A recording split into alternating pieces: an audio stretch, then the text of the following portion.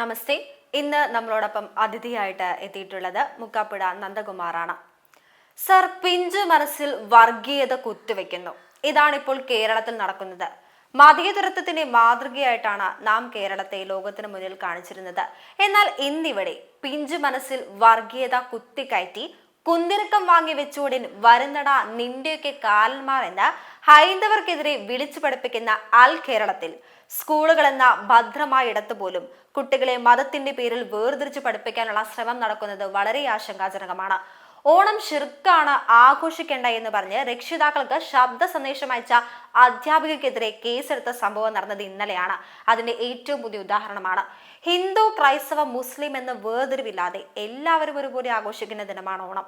ഇവിടെ ഒരു അധ്യാപകന്റെ വ്യക്തിപരമായ മതാഭിപ്രായം എന്ന് പറഞ്ഞ് താടി തപ്പുന്നത് അവിടെ ഇരിക്കട്ടെ, ഈ ജിഹാദിസം വിദ്യാർത്ഥികളിൽ അടിച്ചേൽപ്പിക്കുന്നത് എത്രത്തോളം ശരിയാണ് സർ? ഈ വിഷയത്തിൽ സാറിന്റെ നിലപാട് എന്താണ്? നമസ്തേ. ഈ കഴിഞ്ഞ ദിവസം അത്തത്തിന്റെ തലേന്നാണ് ഉത്രം നാളില് നമ്മുടെ തൃശ്ശൂര് പെരുമ്പലാവ് ഭാഗത്തുള്ള ഒരു സിറാജുൽ സ്കൂള്, ഇംഗ്ലീഷ് മീഡിയം സ്കൂളിലാണ് അവിടുത്തെ ഒരു അധ്യാപിക ഇത്തരത്തിലുള്ളൊരു സന്ദേശം വാട്സാപ്പിലൂടെ പ്രവഹിപ്പിച്ചത് എന്ന് വേണമെങ്കിൽ പറയാം. ഒരർത്ഥത്തിൽ നമ്മൾ ഹൈന്ദവർ ഭാഗ്യവന്മാരാണ്. കാരണം ഓണം എന്ന് പറയുന്നത് ഹൈന്ദവ പുരാണങ്ങളിലെ ഒരു കഥയുമായി ബന്ധപ്പെട്ടിട്ടാണ്, അല്ലെങ്കിൽ അതൊരു ചരിത്ര സംഭവവുമായി ബന്ധപ്പെട്ടിട്ടാണ് നമ്മളത് ആചരിക്കുന്നത്. പക്ഷെ അതിൽ എവിടെയോ ഏതോ ഒരു ഘട്ടത്തിൽ ഏതോ ഒരു ഇടത് ചിന്താഗതിക്കാരനായ ഏതോ ഒരു കവി, അയാള് ഹിന്ദു വിരുദ്ധനായിരിക്കണം, അയാളുടെ സങ്കല്പത്തിലുള്ള ഒരു ഓണം കേരളത്തിലേക്ക് കൊണ്ടുവരികയും അവിടെ അസുര ചക്രവർത്തിയായ മഹാബലിയെ മാവേലി എന്ന അപരനാമത്തിൽ പരിചയപ്പെടുത്തുകയും ആ അസുര ചക്രവർത്തി നമ്മുടെ മലയാളികളുടെ ഒരു ആരാധന കഥാപാത്രമായി മാറുന്ന ഒരു ചരിത്രത്തെ തെറ്റിദ്ധരിപ്പിക്കുന്ന ഒരു പ്രവണതയാണ് പിന്നീട് ഇങ്ങോട്ട് കാലങ്ങളായിട്ട് നമ്മൾ കണ്ടുവന്നത്. അപ്പൊ അത് സംബന്ധിച്ചൊക്കെ നമുക്ക് ധാരാളം അറിവുകൾ പിന്നീട് നമുക്ക് ഇപ്പോ ഈ കാലഘട്ടത്തിൽ കിട്ടി വരുന്നുണ്ട്.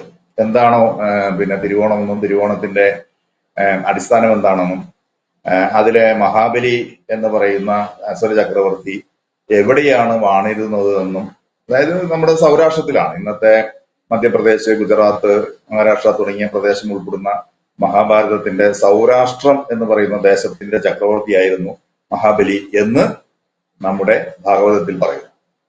അതോടൊപ്പം തന്നെ മഹാബലി യാഗം നടത്തിയത് സ്വർഗം കൂടി കിട്ടാൻ വേണ്ടിയിട്ടുള്ള, ത്രിലോക ചക്രവർത്തിയാകാൻ വേണ്ടിയിട്ടുള്ള യാഗം നടത്തിയത് നർമ്മദാ നദിയുടെ തീരത്താണ്. ആ നർമ്മദാ നദി എവിടെയാണ്? ഈ സൗരാഷ്ട്രത്തിലാണ്. അപ്പോ അങ്ങനെയുള്ള ഒരാളെ കേരളത്തിലേക്ക് വലിച്ചിഴച്ചുകൊണ്ടെന്ന് അയാൾ പരമ യോഗ്യനാണ് എന്നുള്ള നിലയിലേക്ക് നമുക്ക് നമ്മുടെ ഈ നാട്ടിൽ പ്രചരണം നടത്തി. അത് നമ്മൾ കാര്യമായി അതിനെ എതിർക്കാതെ കൊണ്ടു നടന്നു. ആയിക്കോട്ടെ എന്ന് വിചാരിച്ച് കൊണ്ടു നടന്നു നമ്മുടെ കാരണവന്മാര്. പക്ഷെ ഇന്നിപ്പോ അത് വ്യാപകമായി ദുരുപയോഗം ചെയ്യപ്പെടുന്ന ഒരു സാഹചര്യം ഇപ്പോ ഈ തൃശ്ശൂരിലെ അധ്യാപികയിലൂടെ തന്നെ നമ്മൾ കണ്ടു.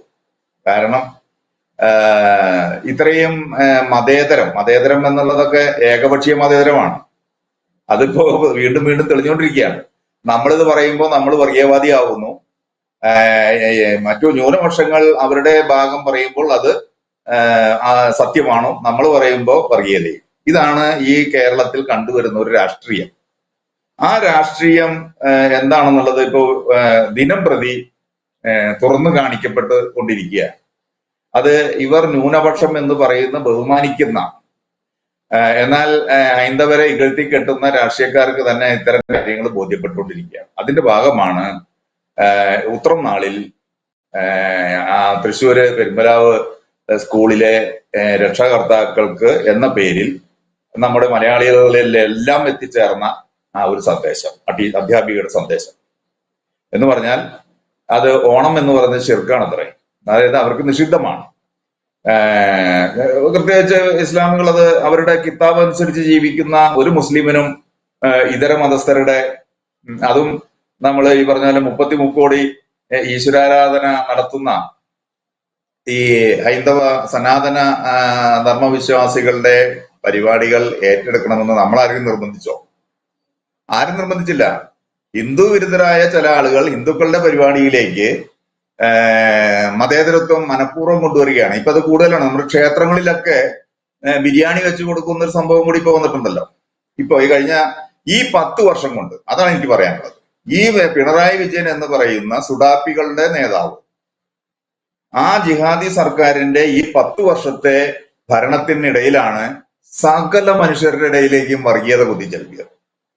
ഇസ്ലാമിക പ്രീണനം എന്ന ഒരൊറ്റ അജണ്ടയോട് കൂടി ഭരിക്കുന്ന ഈ സർക്കാര് ക്രൈസ്തവരെയും ഹൈന്ദവരെയും പൂർണ്ണമായി ഇന്നലെ വരെ ഇല്ലാതിരുന്ന ആളുകളിലേക്ക് കൂടി വർഗീയപരമായി ചിന്തിക്കേണ്ട അവസ്ഥയിലേക്ക് കാര്യങ്ങൾ എത്തിച്ചിരിക്കുന്നു എന്നുള്ളതാണ് ഈ സർക്കാരിന്റെ ഒരു ഭരണ നേട്ടം എന്ന് പ്രത്യേകിച്ച് പറയാവും.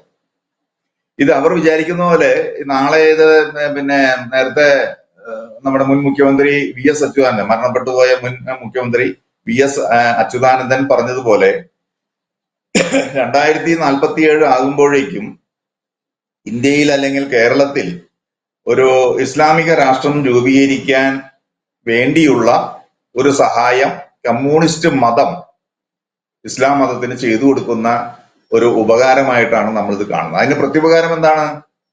ഭരണം നേടുക, അധികാരം നേടുക, അഴിമതി കാണിക്കുക, കിട്ടുന്ന കാശ് മുഴുവൻ ദുബായ് വഴി അമേരിക്കയിൽ കൊണ്ടുപോയി നിക്ഷേപിക്കുക എന്ന ഒരു ചടങ്ങാണ് ഇപ്പൊ ഇവിടുത്തെ ഭരണാധികാരികൾ കാണിച്ചുകൊണ്ടിരിക്കുന്നത്.